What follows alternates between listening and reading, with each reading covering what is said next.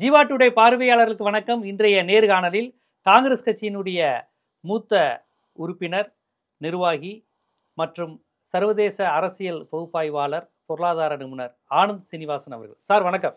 வணக்கம்பா. தங்க விலை கடந்த முறை கேட்டப்பவும் சரி, அதுக்கு முன்பு சரி, தொடர்ச்சியாக ஏறிடும் அப்படிங்கிற விஷயத்த நீங்கள் தொடர்ச்சியாக சொன்னீங்க. டாலரும் எனக்கு நான் செஞ்சுரியை பார்த்துருவேன், இதுவும் 75,000 போயிருன்னு சொன்னீங்க. இப்போ 65,000 போகுது. தங்கம் வாங்குறது தான் உடனே வாங்குங்க, நீ ஏற தான் போகுதுங்கிற மாதிரியான தொடர் கட்டுரைகள் விஷயங்கள்லாம் வருது. இதை எப்படி புரிஞ்சுக்கிறது? நான் உங்கள்கிட்ட 5 வருஷமாக சொல்லிட்டு இருக்கிறேன். ஏன்னா தங்கத்துக்கு எந்த யூஸும் கிடையாது. தங்கங்கிற பொருளுக்கு எந்த யூஸும் கிடையாது. அது எதர் கழுத்தில் நகையாக போட்டுக்கலாம், இல்லை இப்படி மாதிரி இதாக போட்டுக்கலாம். ரொம்ப கம்மியாக ஏதோ இண்டஸ்ட்ரியில் யூஸ் ஆகும். மெயின்லி அது பேங்க்கில் தொங்கிட்டுருக்கும், இல்லை நம்ம கழுத்தில் தொங்கிட்டுருக்கோம். அவ்வளோதான் தங்கம். இதை தவிர தங்கத்துக்கு ஒரு யூஸும் கிடையாது. ஆனால் குவான்டிட்டி ரொம்ப கம்மியாக இருக்கும்.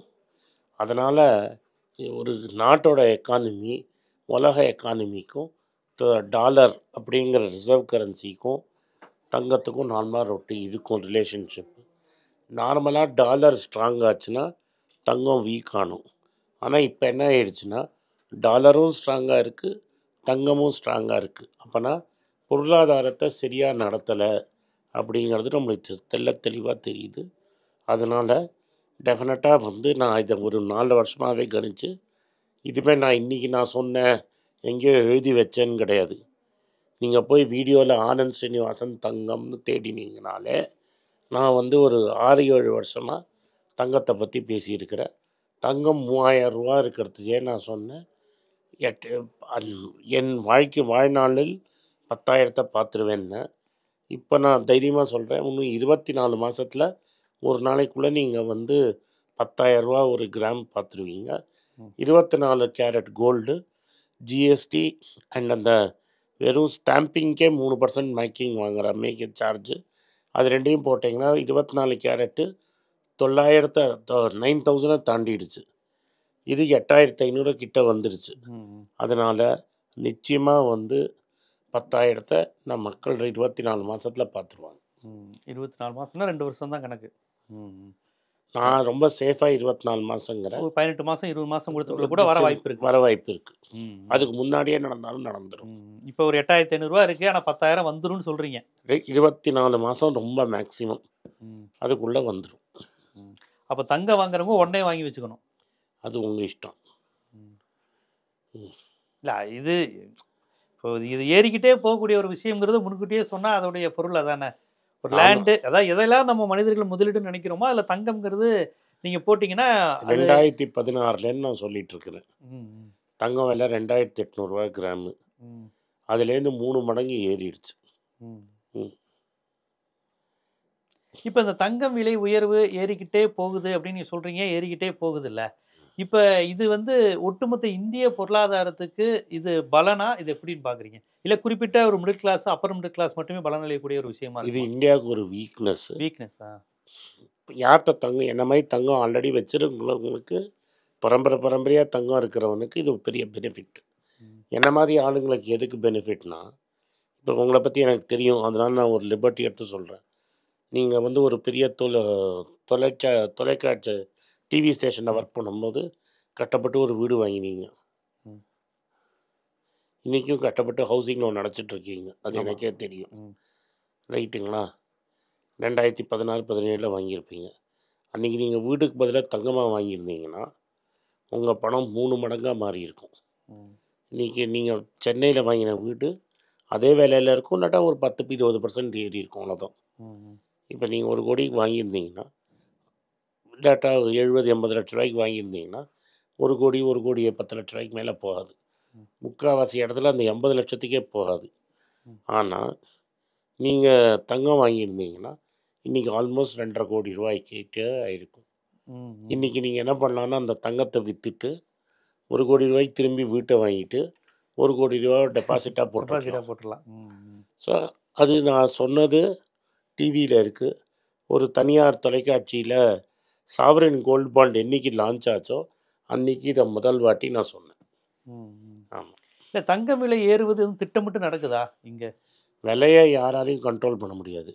நீங்கள் உங்கள் பொருளாதாரத்தை எப்படி நடத்துகிறீங்க, உலகம் அதோட பொருளாதாரத்தை எப்படி நடத்துது அப்படிங்கிறது தங்க விலையிலன்னு தெரியும். ம். ஓ, அது அப்போ ஒரு அரசின் கையில் இருக்கு, அரசினுடைய பொருளாதார கொள்கை. டெஃபினட்டாக இருக்குது. பால் வால்கர்னு ஒருத்தர் இருந்தார். ஏன்னா நான் இப்போ எதாவது பேசினா அரசியல்டுவீங்க. பால் வால்கர்னு ஒருத்தர் இருந்தார். எனக்கு 1980 காலத்தில், எனக்கு 13 வயசு இருந்த காலத்தில் $800 ஒரு அவுன்ஸ் தான் பேசுவாங்க அங்கெல்லாம். ஒரு அவுன்ஸுங்கிறது 35 கிராம் தங்கம். $800 வரைக்கும் போன தங்கத்தை அவர் வந்து $200 ஆக்கினார். எவ்வளோ ஆக்கினார்? $200. $800 இருந்த பொருள் $200 இறங்கிச்சு. அப்போ பாதி இறக்கல, 1/3 இறக்கிட்டார். 1/3 கம்மியாக இறக்கிட்டார். 1/3 275, 1/4 4 வாட்டி மடங்குற மாதிரி ஆச்சு. நீங்கள் 200 400 ஆகி 400 800 ஆகி 4 வாட்டி பண்ணால் தான் அந்த காசு வருங்கிற மாதிரி பண்ணார். அவரால் பண்ண முடியும்னா ஒரு பேரறிஞர், மன்மோகன் சிங் மாதிரி ஒரு பேரறிஞர் பால் வால்கர்னு.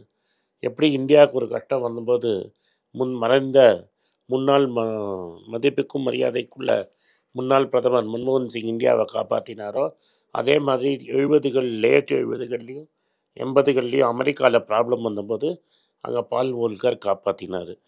அதாவது $800 இருந்த தங்கத்தை $200 கொண்டு வர முடியும்னா, டாலரில் சொல்கிறேன், $800 $200 ஆக்க முடியும்னா, இந்த 10,000 தங்கத்தை 3000 ஆக்க முடியும். அதுக்கு ஒரு பேரறிஞர் வேணும். அமெரிக்காலேயும் ஒரு பேரறிஞர் ஆட்சி செய்யணும், இந்தியாலேயும் ஒரு பேரறிஞர் ஆட்சி செய்யணும். அந்த காலம்தான் போச்சு.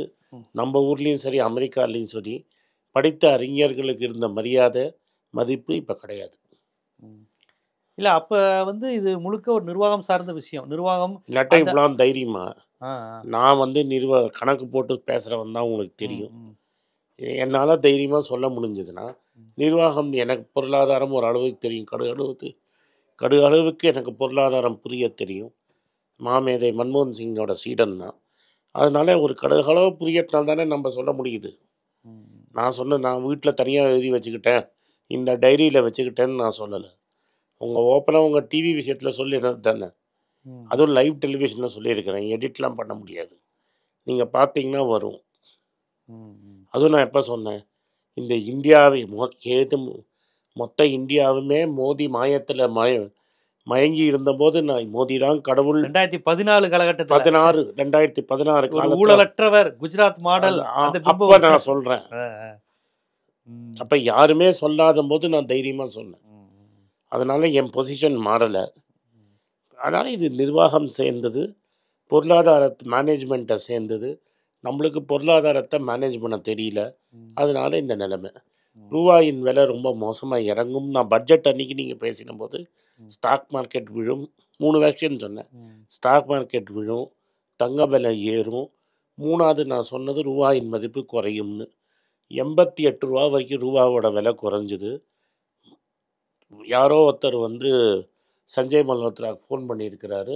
பிஸ்னஸ் ஸ்டாண்டர்டுங்கிற பேப்பர் என்ன சொல்லுதுன்னா, $12 பில்லியன் இந்தியாவின் சொத்தை சஞ்சய் மல்ஹோத்ரா ஓப்பன் மார்க்கெட்டில் டாலரை விற்றதுனால இன்றைக்கி 86-90 இருக்குது. கவலையப்படாதீங்க, எவ்வளோ நாளைக்கு நீங்கள் $12 பில்லியன் விற்பீங்க, இன்னும் ஒரு 2 மாதத்தில் 88 தாண்டிடும். அந்த ரேஞ்சுக்கு போயிருக்கிறீங்க. நிச்சயமாக 4 வருஷத்துல செஞ்சுரி கிட்ட போயிடும். டாலரும் ஏறி செஞ்சுரி கிட்ட போகும். 95-96 போயிடும். அதான் ஒரு 4 அடிச்சா செஞ்சுரிங்க. ஒட்டுமொத்த இந்திய பொருளாதாரத்துக்கு ஒரு தேய்மானம் தானே அது? நிச்சயமாக தேய்மானம் தான். உங்களுக்கு நான் சொன்னேனே, நீங்கள் வந்து இளைஞர், என்ன மாதிரி கிடையாது. உங்களுக்கு நீங்கள் வேலை தேடின வாய்ப்பு வந்து 2004லேருந்து 2012 வரைக்கும் நீங்கள் வேலை தேடி இருப்பீங்க. அந்த டைம் உங்கள் கூட படிச்சவங்க. ஆமாம். அப்போது அந்த காலத்தில் இன்ஜினியரிங் காலேஜ்லலாம் எப்படி நடந்தது? ஒரு இன்ஜினியரிங் காலேஜில் 4th இயர்லேயே ஆள் வந்துட்டாங்க. கேம்பஸ் இன்டர்வியூங்கிற பேரில் பஸ்ஸாக ஆளை தூக்கிட்டு போயிட்டு இருந்தாங்க. ஒரு பஸ்ஸு 2 பஸ்ஸு பிடிக்கல. ஒரு கேம்பஸ்லேயும் 4 பஸ்ஸு 5 பஸ்ஸு வந்து ஆள் பிடிப்பாங்க. குழந்தைய இப்படி ஆள் பிடிச்சிட்டு போவாங்க. குழந்தைங்க பிடிச்சிட்டு சொல்லுவாங்கல்ல, பூச்சாண்டி பிடிச்சிட்டு போகிற மாதிரி பிடிச்சிட்டு போனாங்க ஐடி கம்பெனியில். அது மாமேதை மன்மோகன் சிங்கோட சாதனை. நீங்கள் இன்றைக்கி மன்மோகன் சிங்கை எவ்வளோ வேணால் அவமானப்படுத்தலாம், ஆனால் அது மன்மோகன் சிங் சாதனை, யாராலையும் மறைக்க முடியாத சாதனை. ஆனால் இன்றைக்கி இருக்க அரசு பண்ணுறவங்களோட சாதனை என்ன? இன்ஃபோசிஸ் மாதிரி ஒரு கம்பெனியில் வேலைக்கு சேர்த்துட்டு 2.5 வருஷத்துக்கு வேலைக்கு வராதுன்னு சொல்லிட்டு வேலைக்கு வான்னு கூப்பிட்டுட்டு 3 டெஸ்ட்டை வச்சுட்டு ஃபெயில் ஆக்கிட்டு நீ வந்து இன்னைக்கு வேலைக்கு லாய்க்கில்ல, ஃபோனெல்லாம் வச்சிரு, இப்போவே கேம்பஸை காலி பண்ணி வெளில போன்னு ஒரு பேப்பரில் வந்திருக்கு. இன்ஃபோசிஸ் மாதிரி பெரிய கம்பெனிலேயே 700 பேரை வெளில தூக்கி போட்டபோது அன்றைக்கும் நிதி அமைச்சரும் பேசலை, பிரதமரும் பேசலை, எப்போதும் ஜால்ரா தூக்குற மோகன்தாஸ் பாயும் பேசலை, இல்லை ஒரு ஒரு ஒரு வாரத்தில் 70 மணி நேரம் வேலை செய்யணும்னு சொன்ன நாராயணமூர்த்தி கூட இதை பற்றி பேசலை.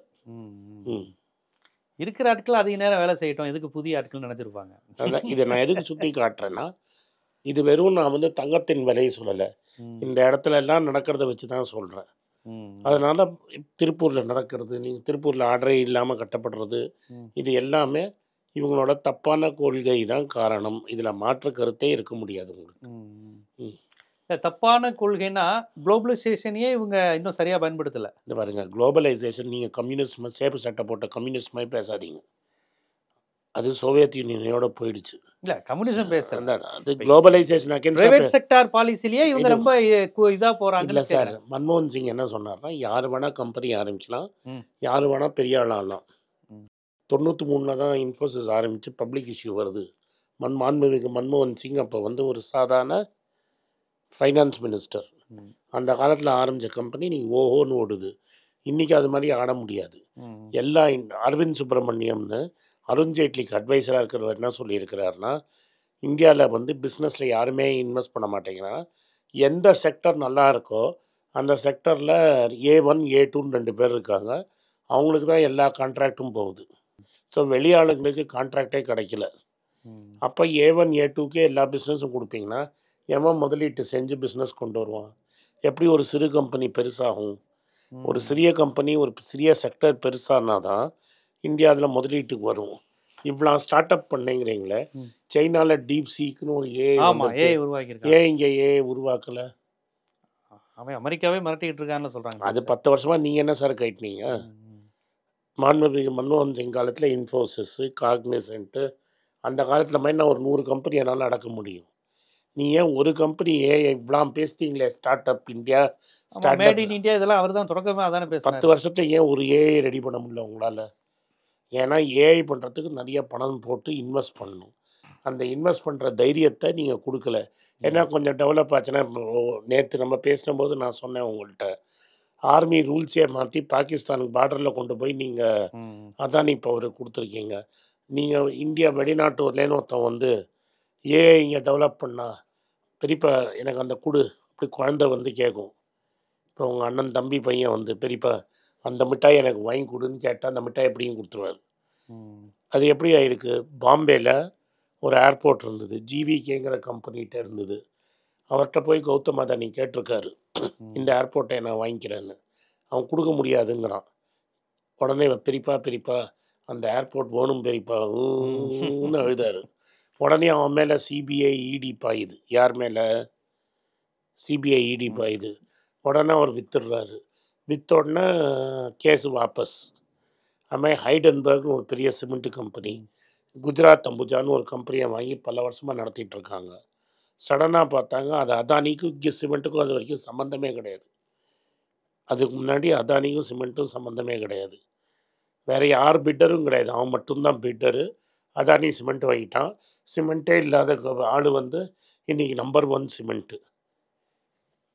2014 முன்னாடி வரைக்கும் அதானிகிட்ட ஒரு ஏர்போர்ட் கூட கிடையாது. இன்றைக்கி எல்லா ஏர்போர்ட்டும் அவர் கண்ட்ரோலில் இருக்குது. எப்படி கிடைக்குது? அதனால் ரெகுலேட்டரி ஃப்ரேம்வொர்க் ஃபேவர். அதாவது நீங்கள் ஏதாவது இந்தியாவில் பெரிய பிஸ்னஸ் வந்தால் இந்த 2 ஆளுக்கு கொடுத்துடணும் அப்படின்னு ஒன்று இருக்குது. ஒருத்தர் யோகா மூச்சு மாச்சு இழுத்து விட்டுன்னு இருந்தார், அவருக்கு ருச்சி சோயான்னு ஒரு கம்பெனியை கொடுத்து அவருக்கு கொஞ்சம் காசு பண்ணார். அப்போ பிரதமருக்கு க்ளோஸாக இருக்கிறவரும் ஆளும் கட்சிக்கு க்ளோஸாக இருக்கிறவங்களுக்கும் நீங்கள் ரெகுலேட்டரை ஹெல்ப் பண்ணுறீங்க. அதனால என்ன ஆகுதுன்னா, மற்ற பிஸ்னஸ்மேன்லாம் என்ன நினைப்பான், எதுக்குப்பா வம்பு? ஸோ இந்தியர்களே இந்தியன் பிஸ்னஸ் மேனே என்ன பண்ணுறான்னா, பணத்தை வெளிநாட்டுக்கு அமிச்சு வெளிநாட்டில் கம்பெனி வாங்கி வெளிநாட்டில் இன்வெஸ்ட் பண்ணுறாங்களே தவிர இந்தியாவில் இன்வெஸ்ட் பண்ணுறது கம்மியாயிடுச்சு. இது கவர்மெண்ட் கொடுத்த ரெக்கார்ட்லேருந்தே வருது. ஸோ இந்தியன்கள் வெளிநாட்டில் ஓடி போயிடுறாங்க. பணக்கார கோடீஸ்வர இந்தியர்கள், அதே மில்லியனேர்ஸ்ன்னு சொல்லுவாங்க. மினிமம் ஒரு சொந்த வீடை தவிர ஒரு 10 கோடி சொத்து இருக்கிறவன் தான் மில்லியனர். இந்த 3 வருஷத்துல 25,000 பேர் இது மாதிரி 10 கோடி 50 கோடி பேருக்கு மேல சொத்து இருக்கிறவன் 25,000 பேர் இந்திய பாஸ்போர்ட் வேண்டான்னு வெளிநாட்டுக்கு ஓடி இருக்கிறான். அப்போ இது என்ன அர்த்தம்? கண்டிப்பா. அப்ப தங்கம் விலை ஏறுவதற்கும் இந்த நாட்டினுடைய பொருளாதாரம் இவருடைய தவறான பொருளாதார கொள்கைக்கு தொடர்பு இருக்குங்கிறீங்க. இருக்கு. இப்ப தங்கம்ங்கிறது ஒரு சொத்து மதிப்புங்கிறப்ப அது சுழற்சி முறையில வருவது கிடையாது. பணம்ங்கிறதாவது அடுத்தடுத்து மக்கள்கிட்ட அதனால தான் சொன்னேன், நாட்டுக்கு நல்லது இல்லை, கேள்தான் மக்களுக்கு நல்லது. இப்போ என் பொசிஷனே எடுத்துக்கோங்க. என் சொந்தக்காரங்கள்லாம் நிறைய பேர்கிட்ட 1000 கிராம் இருக்கும். நியாயமாக வாங்கினது, பரம்பரை பரம்பரையாக வந்திருக்கும். எங்கள் அத்தை, கொள்ளு தாத்தா, பாட்டி. நான் 1000 கிராம் வாங்கியிருக்க மாட்டேன். இது 4 கிராம் தலைமுறையாக வந்திருக்கும். அவன் பேங்க்கில் வச்சுருந்தான். 2015 தூங்க போயிட்டான்னு வச்சுக்கோங்க. தூங்க அரைச்சா 2000 ரூபா ஒரு கிராமு. சொத்து மதிப்பு 20,000 ரூபா, 20 லட்சம். 2000 இன்ட்டு 1000னா 20 லட்சம் சொத்து. ஒரு 10 வருஷம் ஹாஸ்பிட்டலில் கோமா எடுத்து வந்துட்டான்னு வைங்க. சடனாக பார்த்தா அந்த 1000 கிராமுங்கிறது 80 லட்ச ரூபா ஆயிடுச்சு. தூங்க போகிறச்ச 26 லட்ச ரூபா சொத்து, இன்னைக்கு 85 லட்ச ரூபா சொத்து. எவ்வளோ? 85 லட்சம். நான் ஏதாவது வேலை செஞ்சேன்னா? வேலை செய்யலை. எங்கள் தாத்தா பாட்டி வாங்கி கொடுத்த நகையை பேங்க்கில் வச்சுருக்கிறேன். பணத்தை சுழற்சி பண்ணல, ஒன்றுமே பண்ணல. நான் வேலைக்கு போகல, கஷ்டப்படலை, மெனக்கடலை, ஒன்றுமே பண்ணலை. லாக்கர்லேயே இருக்குது. என் 26 லட்சம் சொத்தை நீங்கள் 85 லட்சம் ஆக்கிட்டு கொடுத்துருக்கீங்க, நன்றி அப்படின்னு சொல்லிட்டு போவான். இது ஆல்ரெடி யார் ஜெயிச்சானோ உங்களை மாதிரி பல பேர் லட்சாதிபதி ஆனது இப்படி தான். ஆமாம், அதான் இந்த கான்செப்ட் தான். இப்போ புரியுதுங்களா? ஸோ இது அதனால தான் ஏழைங்களை அஃபெக்ட் பண்ணும். பணக்காரனை இன்னும் பெரிய பணக்காரனாக்கும், மிடில் கிளாஸ் லட்சாதிபதியை கோடீஸ்வரனாக்கும், லட்சாதிபதியை கோடீஸ்வரனாக்கும். ஆனால் உழைச்சி சம்பாதிக்கணும்னு நினைக்கிறவனை பிச்சைக்காரனை ஆக்கிடும். கண்டிப்பாக. அது சாதாரண விஷயமா தெரிகிற ஒரு விஷயத்தில் எந்த அளவுக்கு ஒட்டுமொத்த இந்தியாவினுடைய ஒரு வாழ்வாதாரமே அடங்கியிருக்கு, எவ்வளோ மக்களுடைய விஷயம் இருக்குது இதில். ஒரு உழைக்கிற பையன் நான் ஒன்றுமே பண்ணியிருக்க மாட்டேன், எங்கள் தாத்தா கொடுத்த சொத்தை நான் வச்சுருப்பேன், நான் கோடீஸ்வரனாக மாறிடுவேன். ஒன்றும் பண்ணாமல் வீட்டில் சாப்பிட்டு படுத்து தூங்கி நான் கோடீஸ்வரன். ஒரு பையன் காலேஜுக்கு போய் கஷ்டப்பட்டு கடன் வாங்கி 4 வருஷம் முக்கி படித்து வெளில வந்தால் அவனுக்கு வேலை வாய்ப்பு கிடையாது. அவனை கேட்டால் நீங்கள் பக்கோடா போடு, பஜ்ஜி போடுன்னு சொல்லிட்டு இருக்கீங்க. தமிழில் ஆங்கரில் என்னை யாரை நீங்கள் பேட்டி எடுத்தாரோ, முதல் வாட்டி தங்கத்தை பற்றி பேட்டி எடுத்தவர் சமோசா கடை போட்டால் தப்பானார். இப்போ நான் கேட்குறேன், அன்றைக்கி அவர் சமோசா கடை போட்டிருந்தானா அந்த பையன், இன்றைக்கி அவன்கிட்ட 1 கோடி ரூபா இருக்குமா? கண்டிப்பாக. எந்த அளவுக்கு ரொம்ப ஒரு முக்கியமான விஷயம் இது. தங்கம் விலை ஏற்றம்னு சர்வசாதாரண செய்தி இல்லை. அது ஒரு மிகப்பெரிய ஒரு வளர்ச்சியோட தொடர்புடையது, வீழ்ச்சியோட தொடர்புடையது. உழைச்சவனுக்கு பலன் கிடைக்காம போய்கிட்டு இருக்கு, உட்காந்துக்கிட்டு இருக்கவனுக்கு கிடைச்சிக்கிட்டே இருக்குது. இதற்கும் இந்த அரசினுடைய செயல்பாடுகள், அமெரிக்க தொடர்புகள், இதற்கு என்ன, இதை எப்படி நம்ம புரிஞ்சுக்கணும் போன்ற பல்வேறு விஷயங்களை ரொம்ப விரிவாக வச்சிங்க. ட்ரம்ப் வந்ததுக்கப்புறம் தங்க விலை தொடர்ந்து வேற அதிகரிச்சுக்கிட்டு இருக்கு, அதுவும் நம்ம கவனிச்சுக்கிட்டு இருக்கோம். ஏன்னா ட்ரம்ப் வந்ததுக்கப்புறம் நவம்பர்லேருந்து 3% ஏறிக்கிட்டே இருக்கு. ஸோ இதை நம்ம எப்படி பார்க்கணுங்கிறத ஒரு பொருளாதார ஆய்வாளராக, ஒரு சமூகத்தின் மீது அக்கறை கொண்டவராக ரொம்ப விரிவாகவே எடுத்து வைக்கிறீங்க. மிக்க நன்றி. நன்றி.